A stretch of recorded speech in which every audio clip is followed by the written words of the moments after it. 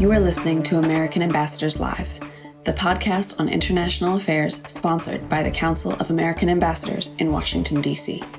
The Council is the association of non-career U.S. ambassadors who have represented America under presidents from John F. Kennedy through Donald Trump. Our guest today is Ambassador Tom Loftus, who represented the United States in Norway from 1993 to 1997. He's had a lifelong career in public service, including serving as the longest-serving Democratic Speaker of the Wisconsin State Assembly. He's had many other public service roles that we don't have time enough to cover in this podcast. So we're going to focus on his service as ambassador to Norway. He's just published a new book whose title speaks for itself: Mission to Oslo, Dancing with the Queen, Dealmaking with the Russians, Shaping History. Tom, thanks for joining us today. Oh, my pleasure. Good to see you. So let's start with your family and state and country's relationship with Norway preceding you becoming ambassador, because America and Norway and Wisconsin in particular have had close ties for a long time. Tell us a little bit about that background. You're accurate, very accurate on that. And my grandfather, as a young boy, was brought to America as a family of immigrants, fortunately leaving on July 4th, 1885, ending up like many others in Wisconsin. The Norwegian immigration was large, 800,000 over a 100-year period. That is the largest percentage of a population outside of Ireland immigrating to America. It was called a rural to rural immigration. They left farms and they came to farm communities: Wisconsin, Minnesota, Iowa, the Dakotas, Illinois. However, the largest concentration of Norwegians was in Chicago, 50,000, a great center, and that would be the third largest concentration of Norwegians outside of Oslo and Bergen. Well, this immigration was followed by the Lutheran Church, state religion of Norway. They set up churches and founded several colleges in the Midwest: St. Olaf, Augsburg, Luther, Concordia. And so everyone in Norway ended up sort of having a cousin in America, and everyone in America had a cousin in Norway. And this was the tie that bound. But one thing that happened that accelerated the immigration and changed sort of the relationship was the Civil War. Young Norwegian men were paid a bonus if they would come to Wisconsin and Minnesota in particular and fight for the Union Army. And this bonus was considerable, like $100 and X amount of dollars a month, with a promise of 160 acres and a stipend after the war. Well, this brought a lot more Norwegians, and you have two Norwegian-speaking regiments, one in Wisconsin, one in Minnesota, that saw a great deal of action in the Civil War. Let me ask you a question, going back a little bit. Before the Civil War, there was Norwegian immigration. Was most of the Norwegian immigration before the Civil War or after the Civil War? It was after the Civil War. There was considerable before, but it was after. And you see letters home from the immigrants who have established themselves.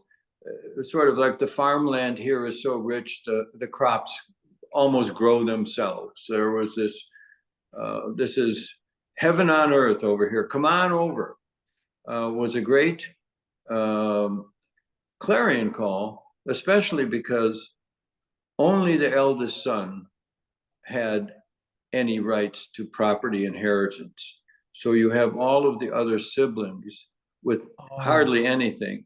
And you see that in the immigration. What starts before the Civil War is that the Norwegians who came and were educated and were part of the anti-slavery movement.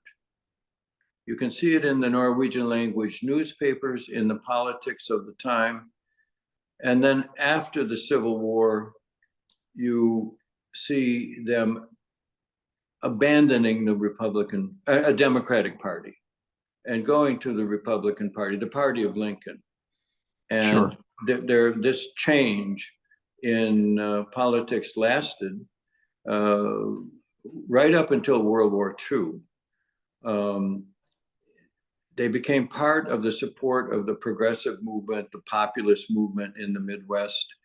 And only when Nazi Germany invaded Norway in a surprise attack in 1940 did the relationship change from this immigrant community with strong ties to the home country to the home country, Norway, seeking strong ties with America, a founding member of NATO, a first in on the Marshall Plan, giving the United States basically rights to position war material, building bases for fighter jets to come, and in essence, and the Marines, in essence, to defend Norway from the Soviet Union. Norway was the only NATO country with a border with the Soviet Union. After the Soviet Union collapses, they still have a border, but it's with Russia. And then that starts to change. But World War II was a real marker. Let me ask you this question. For many people, don't know as much about Norway as you do. And people tend to think of the Scandinavian countries as having a lot in common with each other, which I think they do to some extent, but they have differences as well. So from the point of view of culture, from the point of view of history, from the point of view of the present day as well, compare and contrast Norway, Sweden, Denmark, Finland. Well, Denmark and Sweden had empires, and they took turns being the colonizers, occupiers of Norway. And it was only when Sweden had the misfortune of supporting Napoleon that they lost control of Norway. Norway became an independent country only in 1905. And they had a referendum as to whether they would have a monarchy. It passed overwhelmingly. They chose a king, a prince from Denmark, and then he insisted that they have a vote in the parliament that he would be the king. So they're very proud of this idea that they have an elected king and there is no other aristocracy. There's a great reason for this, Jim, because royal families were marrying into each other before World War I in hopes of protecting each other from whatever the empire of the moment was. It definitely could be Sweden.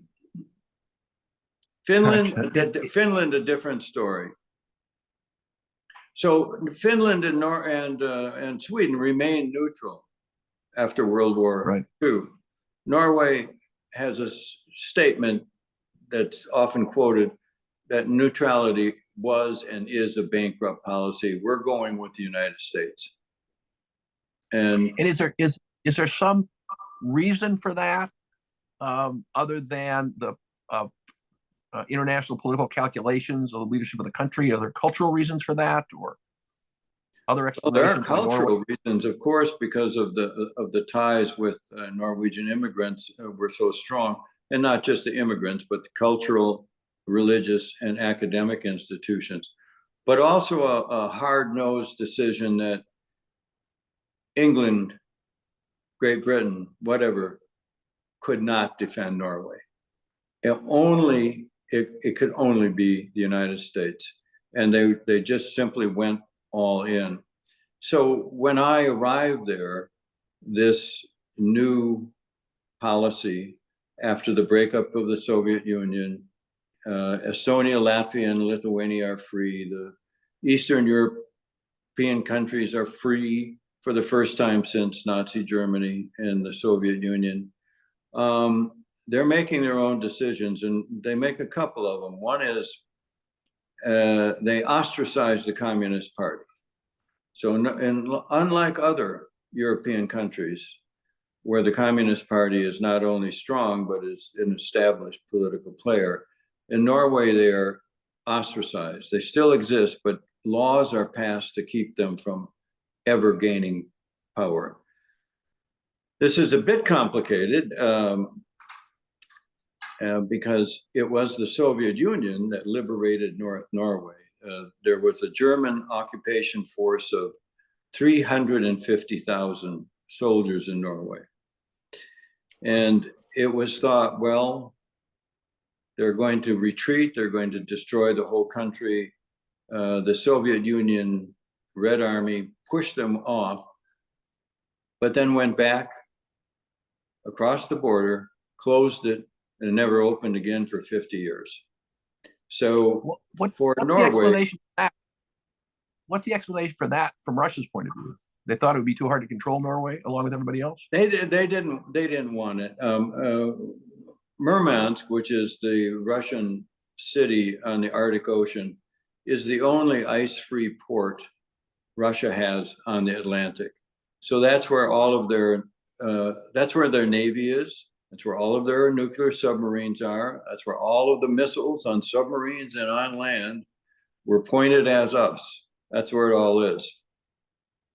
So they also felt that Norway had been a good neighbor to them.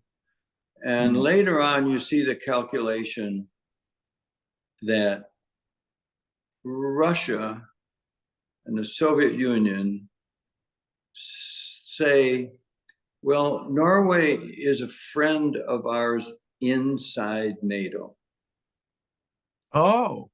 A friend meaning, well, they know what our interests are. We have a long history with them. We have a border. We know each other. And they weren't playing games with the Soviet Union.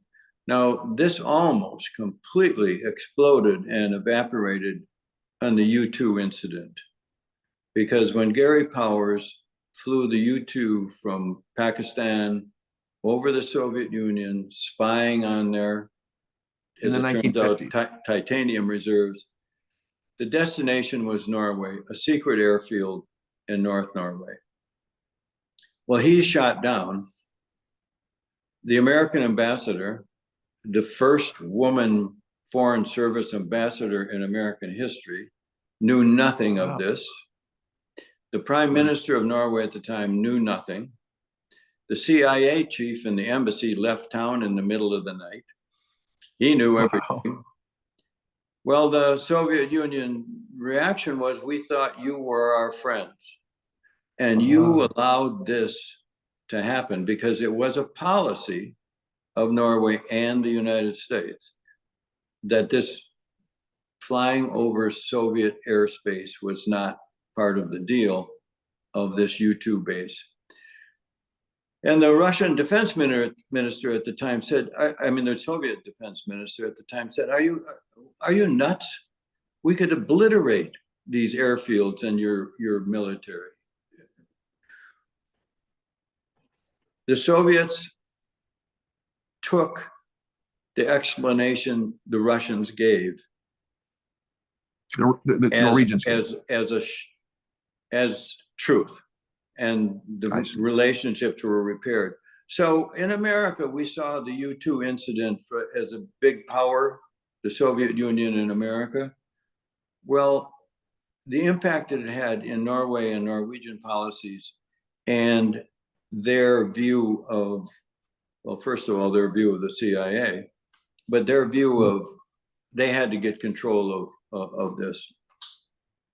I understand. Well, that's a good segue into another significant piece of your book, which is about their relations with the Russians more generally and your engagement with Russia when you were an ambassador. Tell us a little bit about that.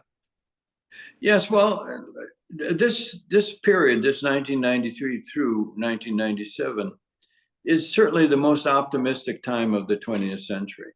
You have the Soviet Union gone.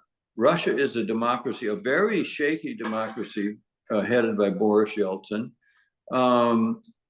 The Warsaw Pact and the Eastern Europeans. I mean, and there are other things going on. Nelson Mandela is out of jail.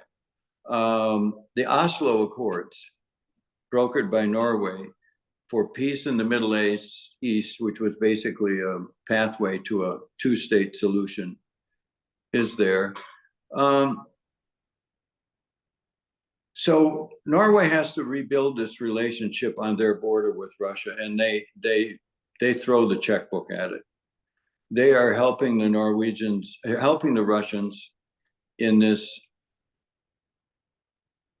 part of Norway where the Russian Navy is, where all the weapons are, where all the nuclear waste is.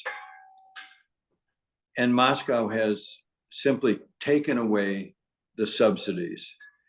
In the book, I quote a long speech that was published in the what would be our version of the Navy Times in Moscow, where the sailors are selling their blood in the Northern Fleet in order to get food.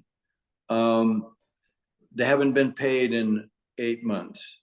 The electricity bill isn't paid, to the extent that the head of the Northern Fleet had to send commandos to the power plant to force them to put it back on. A very dangerous situation, because this is the electricity that cools the reactors, and not only in the submarines that are at dock, more than 150, and the Arctic icebreakers, the nuclear icebreakers. So getting a relationship going, and then my focus at the embassy in Norway, in partnership with Norway, is we are building a new relationship with Russia. And I have as my focus negotiating a deal that the Russians would no longer dump a liquid radioactive waste in the Arctic Ocean. That's a good idea. That's the liquid that cools reactors. This wasn't covered by the programs at the time, non-Lugar, where we were helping the Russians dismantle and safely dispose of nuclear weapons. This was not covered under that. So we took it upon ourselves, and over a 4-year period, negotiated an agreement. I went to Russia several times and became a world champion vodka drinker, I'll tell you that.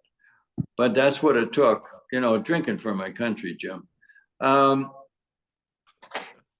a patriot. I'm a patriot. So to try to help Russia further,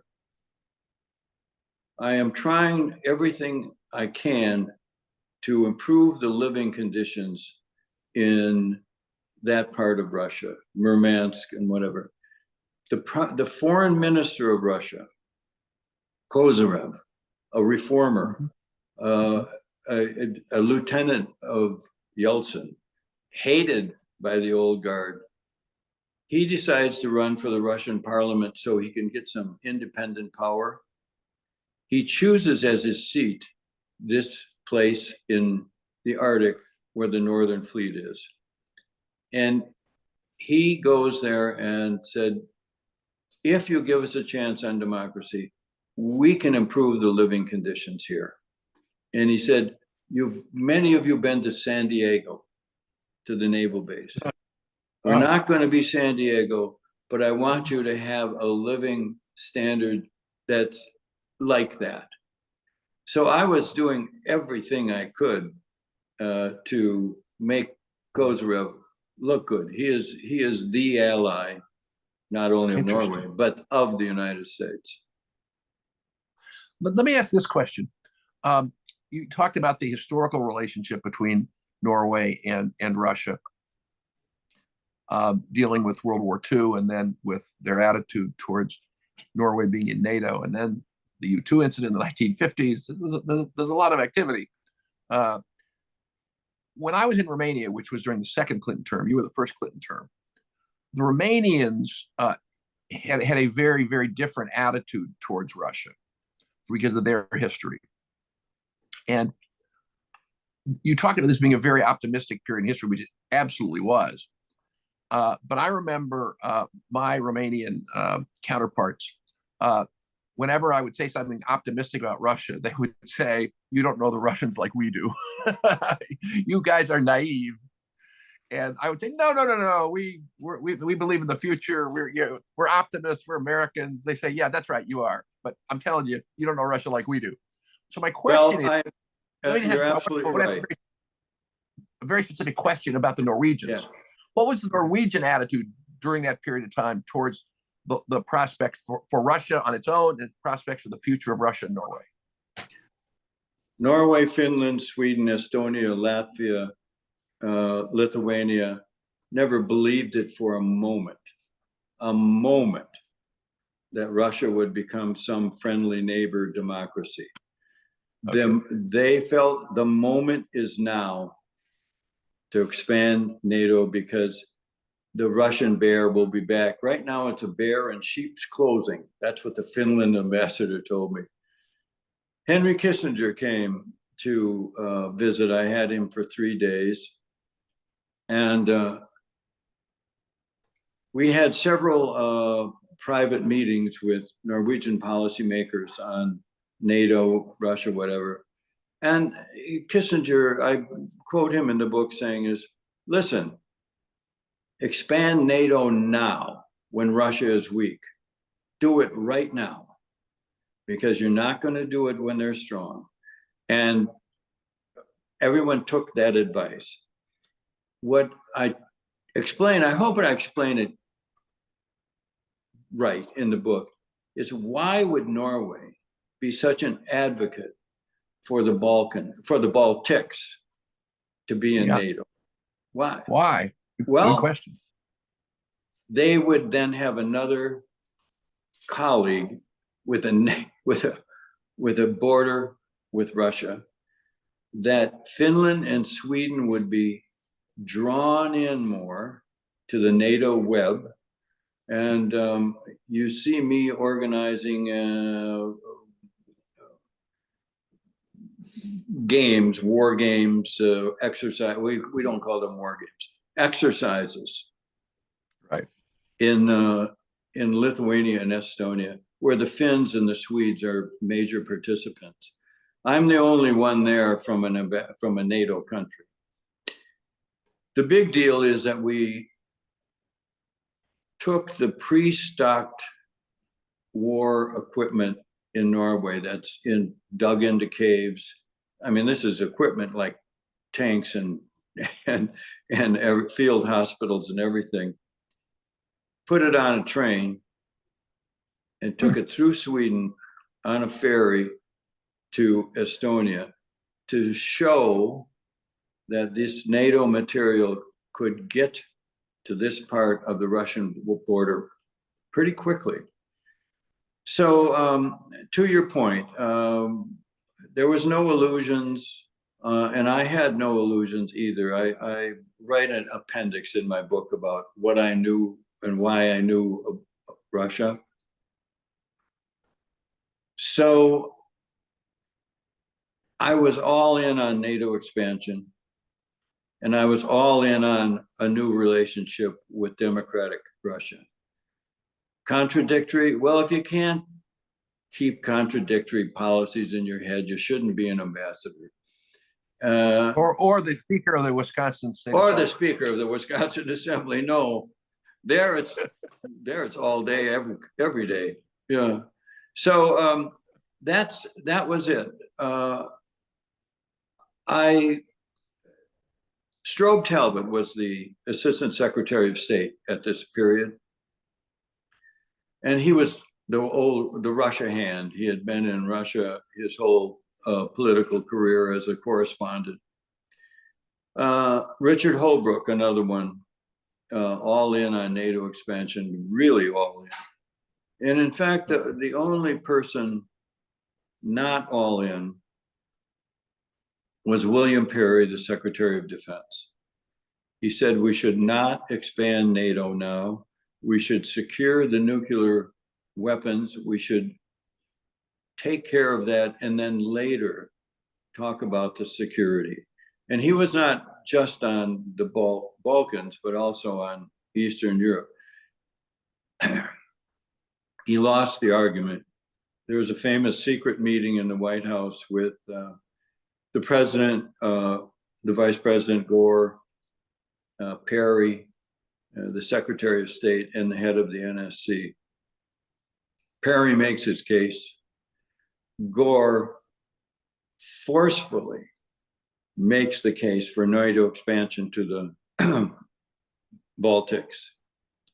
Clinton goes in all in with Gore and sends the message out to the extent that I can say to the prime minister and the foreign minister of Latvia, Lithuania, and Estonia, and their ambassadors in Norway, we're in. And Perry quits or resigns shortly after that, saying that he has lost the argument. And his memoirs bring this out quite clearly. Let me ask you this, because you were there in the first term when this was being hashed out. By the time I got to Romania, NATO was expanding, and the only question was, when was Romania going to get in? So my question is, what is your impression of where President Clinton was before the fateful meeting, not after the fateful meeting? Was he a tough sell or an easy sell? Or did he have independent views of his own that were different than what some of his advisors were bringing to the table? Well, he definitely had independent views of his own, certainly influenced by Strobe Talbot, who he was with at Oxford together. Right. That Talbot changed his mind. Changed his mind, yes. And I think that Talbot gives a speech at Stanford in 1997, where he goes through the whole history of Russia from Peter the Great on, and he comes to the conclusion, and it's quite poignant because the now civilian William Perry is in the audience and listening to this.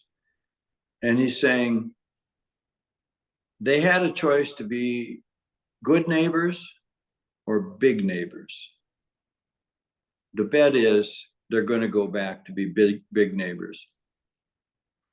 And of course, Yeltsin is on thin ice. He's on really thin ice at this point, and I think he's gone by the time you're in your Romania. So, so we get Putin, and we still have Putin, and he's gotten worse with time. One other thing, Henry Kissinger said: "Forget Ukraine. There's going to be a civil war." He's saying this. He's throwing up his hands. He doesn't know what to advise. He doesn't know what to do. And that's basically what he said. Interesting. Let me come back to Norway for a minute.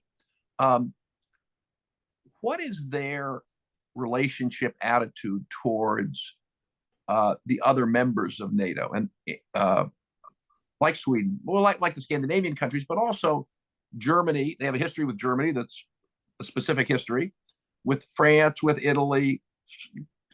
Well, what does the rest of Europe look like to Norway? From the point of view of their military and NATO status, at this point, they felt the Eastern European countries and Germany are useless in any defense of Europe.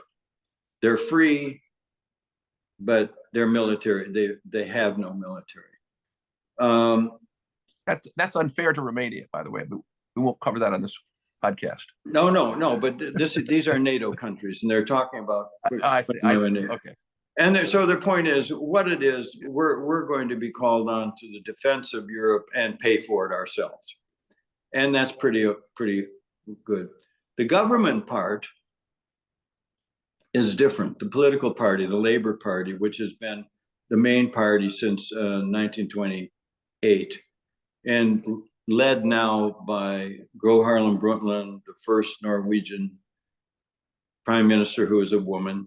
She is at the top of her game, the most influential woman in the leading a nation in the world.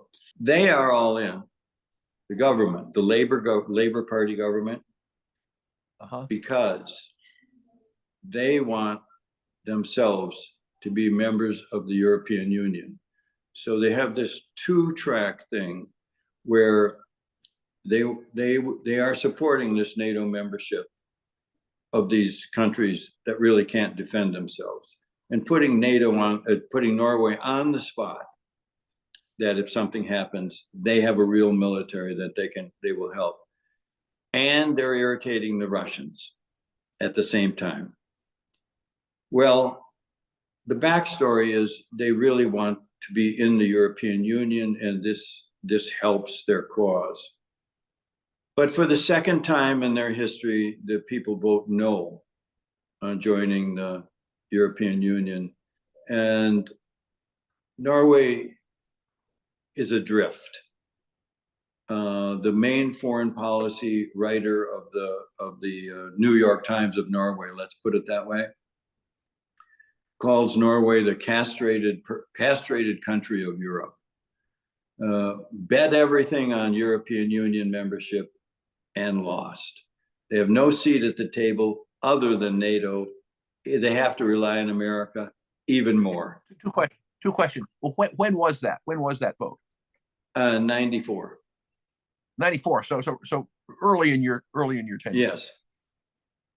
So for those of us who again don't know as much about Norway, why are the Norwegian people? Why don't they want to be members of the European Union?